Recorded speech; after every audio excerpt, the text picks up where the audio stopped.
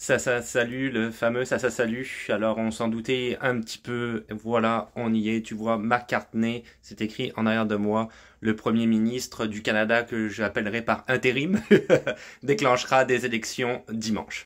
Alors effectivement, tu vois, ils le disent, comme je viens de le dire, par intérim, McCartney se lancera donc dans une campagne électorale à peine une semaine après avoir été assermenté comme Premier ministre.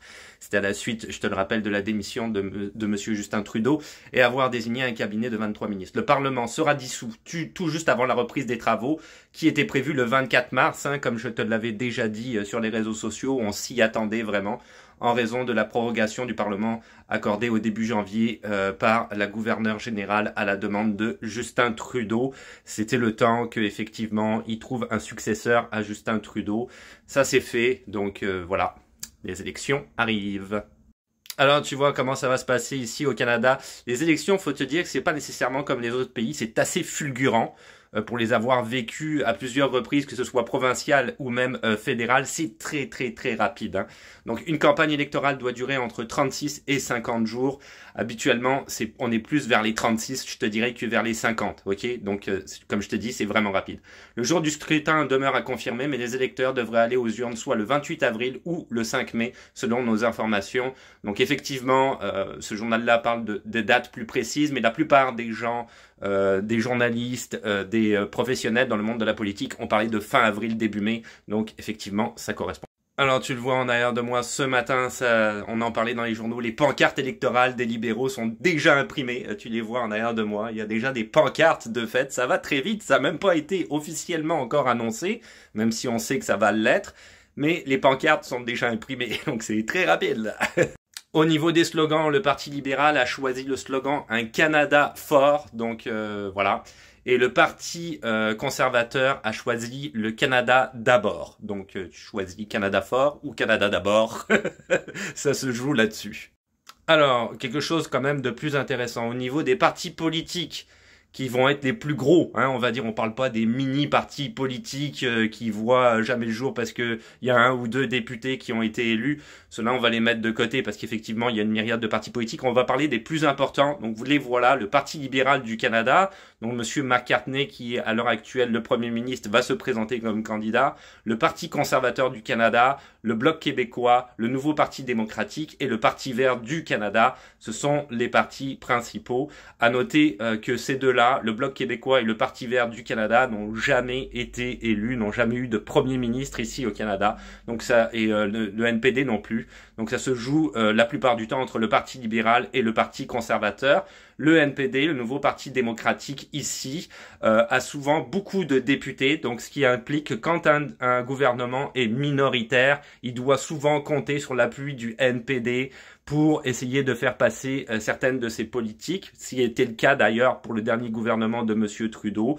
Ils peuvent éventuellement compter sur le Bloc québécois ou le Parti vert du Canada, une alliance. Tu l'auras compris, bref, on va aller chercher, si tu veux, les autres députés quand on est minoritaire pour pouvoir faire passer des lois, donc une alliance.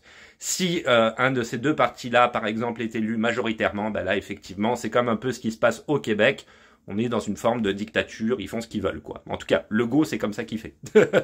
Alors pour le Parti conservateur, si tu suis mes réseaux sociaux, bien évidemment, il n'y a pas vraiment de surprise. C'est Pierre Poilievre qui va être le candidat, puisque c'est le chef du parti.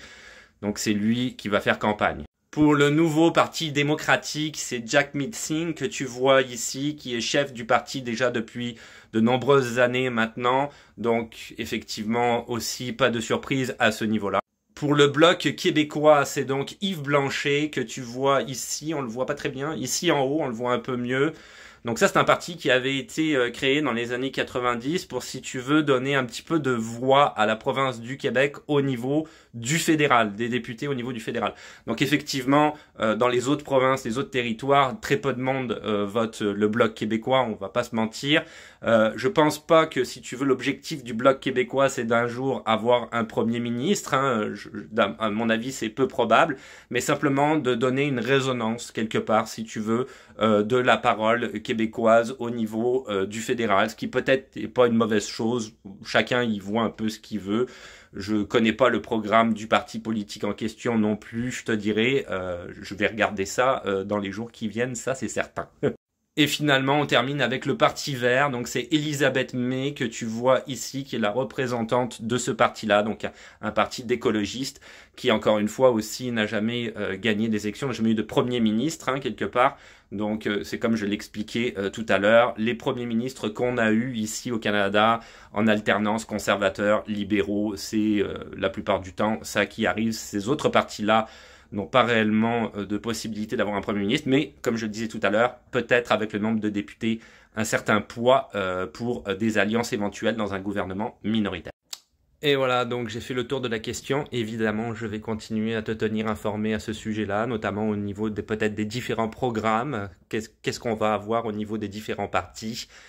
Malheureusement, Pierre Poilievre est réellement la personne à abattre, je te dirais, dans cette élection-là, parce que la plupart des intentions de vote, a priori, selon les journalistes, ça serait en sa faveur. Donc, a priori, on va voir, les élections sont pas encore là, on va voir un petit peu la campagne, qu'est-ce qui va se passer, campagne électorale, donc tout ça, c'est à suivre, je te tiendrai au courant, c'est certain. Là-dessus, je te dis à plus.